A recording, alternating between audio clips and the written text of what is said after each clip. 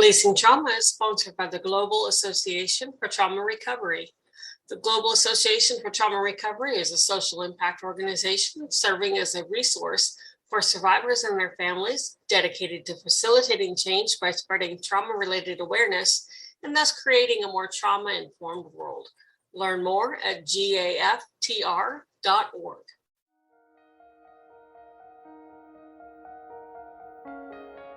Welcome to Releasing Trauma, a Survivor's Podcast. I am your host, Tracy Osborne. I am a survivor of emotional bullying, rape, sexual assault, domestic abuse, and grief. After losing my husband in 2019, I set off on a new adventure to help other women release their trauma and create a life they can cherish. Each week, I will feature a guest expert or a survivor to share their stories, tips, wisdom, and more. The goal is so that you can take away even just the smallest nugget of information you can use in your life right now to make a change, and to remind you that you're not alone. There is life after trauma, and you can move from victim to thriver and create a life you can cherish.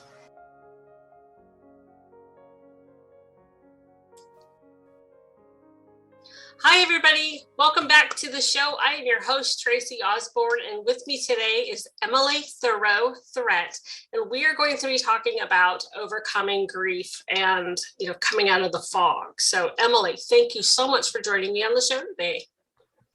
Thank you so much for inviting me.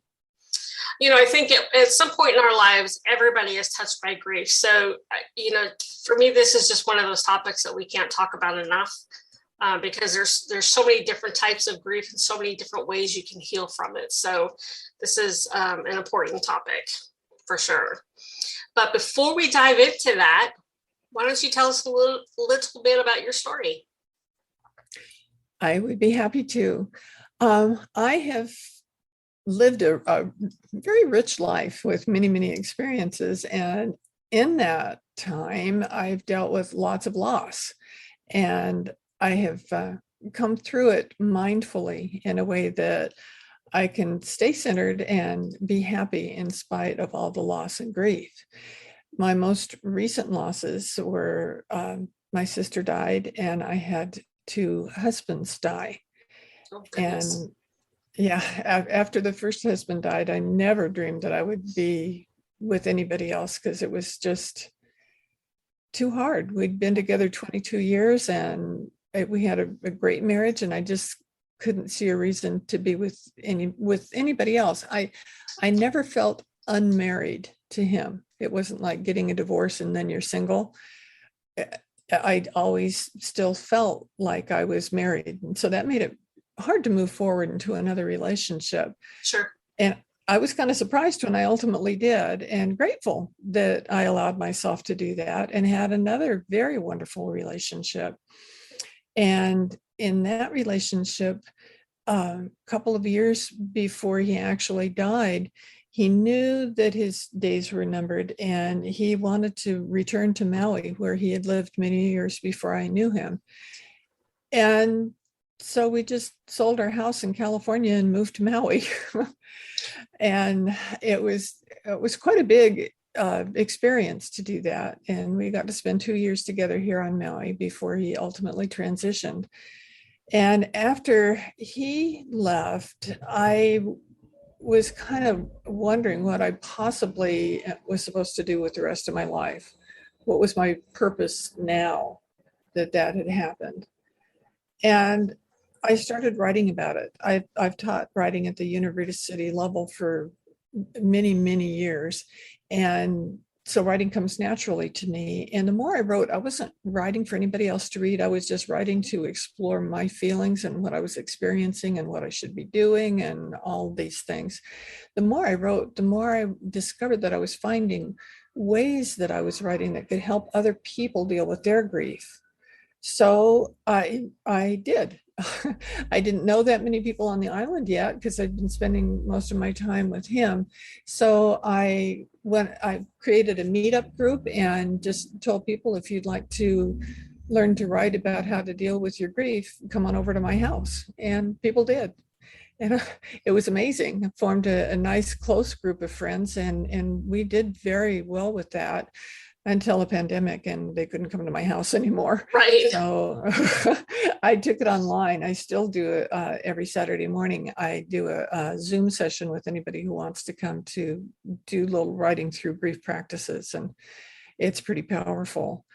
But in the process of doing all that, I also discovered I had enough to write a book about. And my book is Loving and Living Your Way Through Grief. And I wrote it because I'd read lots of grief books, and they all tended to be memoirs, but I wanted something that could show people how they could live their best life, even though they're grieving.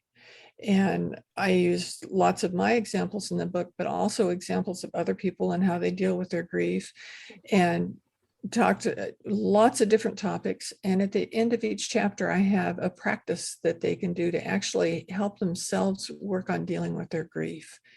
And it's been really successful. People just have said such wonderful things about finding something that they could do themselves to help themselves and support themselves in the process. That's awesome. I've been through the grief cycle many times. I've lost one husband, and when I lost him a couple years ago, one of the first things I did was to get a book on grief, and that book was very helpful in just letting me know that I wasn't losing my mind.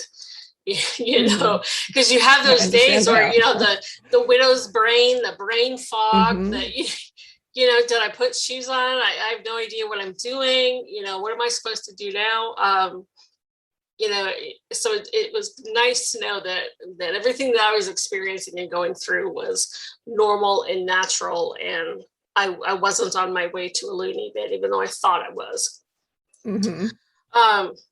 So I love that you have a book out there to help others go through what we've been through, because, unless you've actually gone through it yourself, you just don't get it.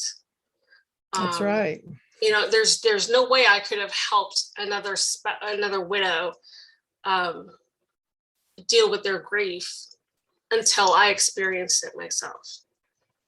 Because I was like, come on, it's been however many years, it's time to get over him, go, get back out in the dating scene and all that. And now I understand why people don't and why it takes so long, and the same with my parents, the same when I lost my best friend,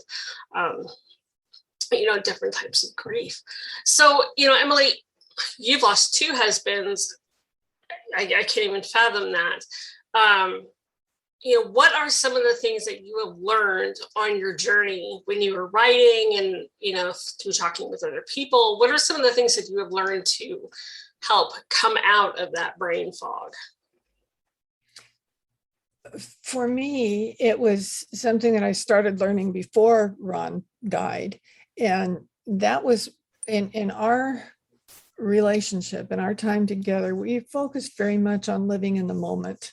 And I didn't even really know what that meant when I first met him. But the more I was with him, the more I could see what he was talking about when he'd say things like that all we really have is this moment right now. And yes, we had experiences in the past, and we're likely to have experiences in the future, but the only thing that we actually experience is what happens right now. And by doing that, even though he was going through lots of physical challenges, major physical challenges as he was declining, we were able to know that in those moments he was still alive, and we found ways to work around whatever the situation was while supporting him through it. And so after he died, yes, that brain fog, I know exactly what you meant. That was really heavy for the first couple of months. Yeah. And I can't say, even though I was trying to live in the moment, I still was not altogether there, is how it felt for me. But then when I started writing and started thinking about it, I thought, okay, if I focus on the moment, then I can be okay in this moment. And then in the next moment, I can be okay in that moment. And by doing that, it really helped me to start moving forward. And one thing too that people don't always mention is they'll say things like getting over your grief. And I don't think that happens. I think Uh-uh. when you're grieving, it as long as you still love the person, like I said with shock, I still felt married to him even after he died. And I still feel married to Ron. I feel like I'm married to two guys right now, and it's okay. Uh-huh. I have two children of my own, and I love both of them. So I don't see why I can't love both of my husbands that I was so incredibly close to. So I don't get over the grief, but I learn how to deal with it in a positive way, to keep them close in my heart, but at the same time be able to smile and be able to breathe and be able to do something that I can allow myself to enjoy. Absolutely. I'm sorry, I didn't mean to interrupt you. Go ahead. No, that's okay. The allowing yourself to enjoy something is really important, because a lot of times we feel like, well, how can you be happy? Your husband's dead, or how can you do something just for fun? Your husband's dead. You've always got that little voice in your head reminding you of that. Yeah. But when that comes up, if you just remind yourself that at that moment you're okay, and at that moment you can smile, and at that moment you can paint a picture, if that's what you're moved to do, whatever it is that you're moved to do, you can relax and enjoy it. I love that. I was thinking about when Dad died, we were all there. We were all around him when he passed, and we were all sad and everything. But then my brother did something absolutely hysterical. I gotta actually share this story. So after the funeral home came and took Dad, they put him in the bag and wheeled him out of the house. My older brother and sister went outside to kind of watch the process. They felt that, as the oldest, they were obligated, or, it was their responsibility to make sure he got into the funeral car and everything. Well, one of the neighbors came out from across the street and, kind of waved at them and said, "I'm so sorry for your loss." And my brother, not knowing what else to say, just said, "It happens." And him and my sister came in just in hysterics, laughing so hard about that. And it lightened the mood. It really helped all of us, because that's something my dad would have cracked up at, so the humor and being able to lighten up, even right after the death of your loved one happens, is okay. It's a form of healing. And we use humor a lot in our family. The poor funeral guy, I don't think knew what hit him when we came to the funeral home, because we were normal, sobbing, teary-eyed. We were cracking jokes, and we took family pictures around Dad's urn. So that's kind of the family that we have.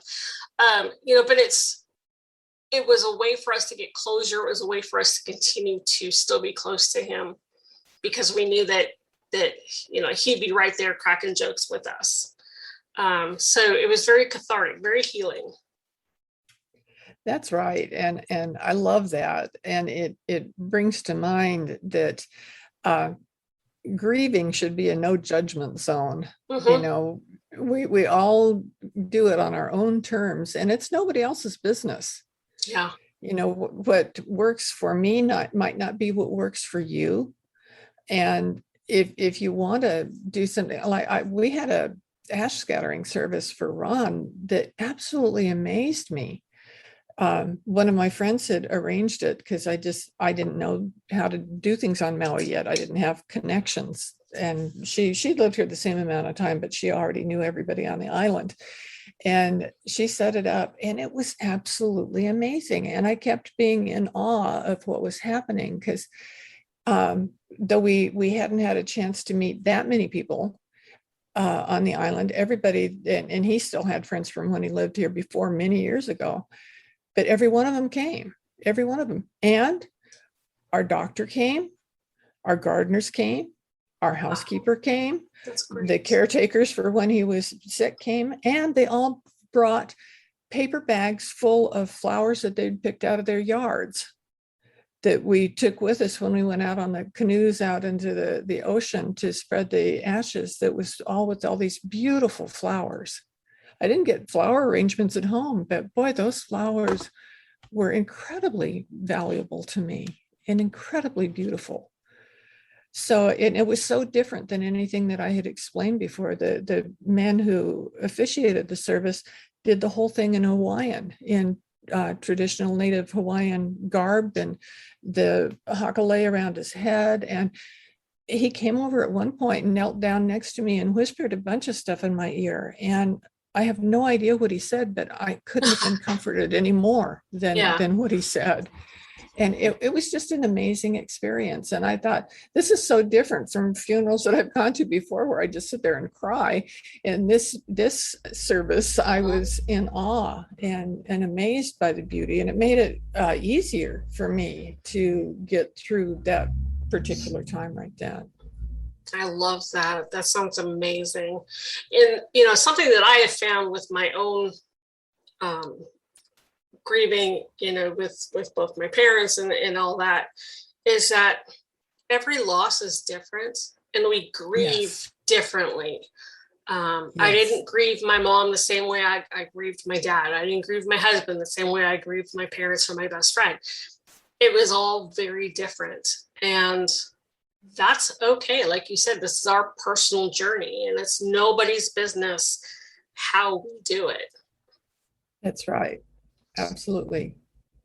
And I'm careful not to tell people what they should do. I've worked really hard on eliminating that should word from my vocabulary, because that's not helpful. That's just not helpful at all. No. I mean, it's one thing if you say what I found worked for me was, and then they can try it if they want to, or, whatever. But, you should be doing this, you should be doing that. It's been this long. It's, you shouldn't be grieving anymore. All of that, throw it out the window. There's no timeline for grief. That's right. I mean, that too makes me think about people that have to go back to work. And I've heard the most horrible things about somebody who got their day off for the funeral of their husband or parent. And the next day when they come back and they're having a hard time working and get a little teary, and the boss says, "Aren't you over that yet?" How could anybody ever think that, let alone say it out loud? Oh my gosh, I know. I mean, most places you get like 2 weeks. If you're lucky. And even then, 2 weeks, that's nothing. I mean, you're just barely coming out of the stupor of having to deal with all the funeral arrangements. You haven't even started grieving yet. Yes. It's crazy. I mean, I spent, the first 3 months sleeping, crying, and eating ice cream. That was it. That was my first few months of grieving. I did a little bit of work in there, but luckily I work for myself, so I don't have. I could take all the time off that I really wanted to. So what are some other things that you have found that have been helpful for others? For any of our listeners who have lost a loved one. What are some things that you have found really help with the grieving process? I'll tell you a couple of them. One of them I surprised myself with.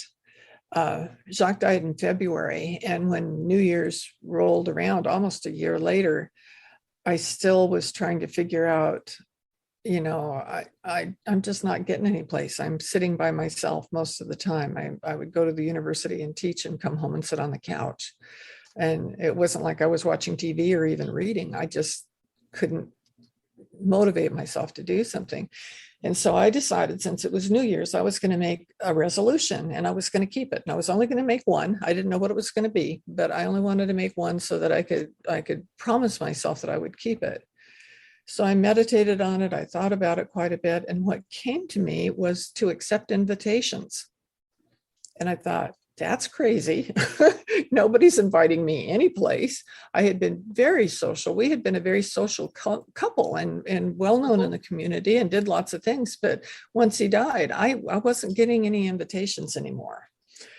And so I thought, okay, I don't know why this is what came up, but this is what came up. So I'm going to do it.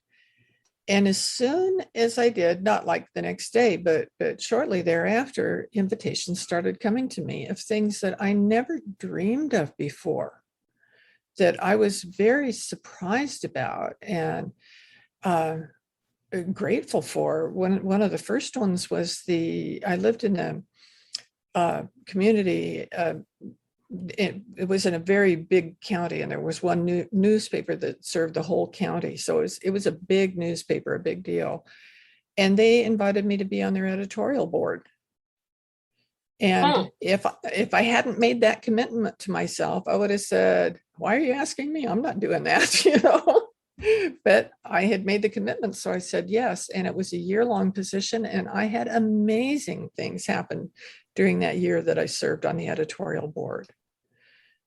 And I loved that. And I had lots of other things happen. From the film commissioner for the county called me and asked me if I would put together a film festival for the county. I'd never done anything like that before. I didn't know that much about film. I was a theater person, did a lot of theater, but didn't really know much about film at all.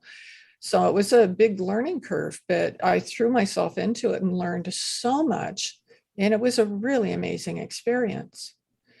And one of my girlfriends asked me what I was going to do for the summer, because we taught at the university. So we essentially had summers off. And I said, I really don't know. What are you going to do? And she said, well, I'm taking my sister to South Africa. And I said, oh, that sounds cool. And she said, come with us. And I thought, okay, here's another invitation. So I went to South Africa again, and another amazing experience. So all these things, and there were a whole bunch more, but it got to be like, I was going, okay, what's the next one going to be? What am I going to do next? And it really got me out of my inner focus, where I wasn't able to really function on other stuff. Because I had something to look forward to, whether I knew what it was I was looking forward to or not. I knew that these very fascinating things were going to happen for me. That's amazing. That's awesome. I know I accepted a few invitations when Mark died to go out and do things. And one of it was with a group of widowers. We had a big barbecue, and I met one of my best friends there. He's also a widow, and was absolutely instrumental in a lot of my healing, because I had somebody I could turn to who got it, That's so good. And yeah, I don't think I would have gotten through it as not quickly, but like I did, as if I didn't have that kind of support. So yes, that support is and getting out and just living again, reminding yourself that they're the ones that died, not you. That's right. You're allowed to continue to live and to experience and to love again and to laugh. It's okay. Yes, absolutely. Yeah. Well, Emily, thank you so much for coming on and talking with me today. This has been a great conversation. Thank you for having me. I really like talking to you. Thank you. And how can our listeners find you? Well, the name of my book is Loving and Living Your Way Through Grief, and it's traditionally published, so you can buy it any place that you buy your books. It's, of course, available on Amazon and Barnes & Noble online, but you can get it any place else too. And the name of my book is how you can reach me for anything. My webpage is lovingandlivingyourwaythroughgrief.com. My email is emily@lovingandlivingyourwaythroughgrief.com. And all my things about me are on my webpage there. You can contact me there and see what I'm doing and what's coming up next. And I would love to have you all join me in the things that I'm doing. Wonderful. Thank you. And listeners, I will have all of Emily's contact information on in the show notes. All her contact information, the link to her book, everything. So if you're listening from one of our partner stations, just go to releasingtraumapodcast.com and pull up Emily's show, and all her information will be there for you. So Emily, thank you again for coming on and talking with us today and sharing a bit about you and giving us some tips and ways that we can deal with grief, because it's definitely not something that's easy to deal with. That's right. Thank you so much. Absolutely. Thank you for doing this. Absolutely. And listeners, thank you as always for tuning in, and we'll talk to you in the next show.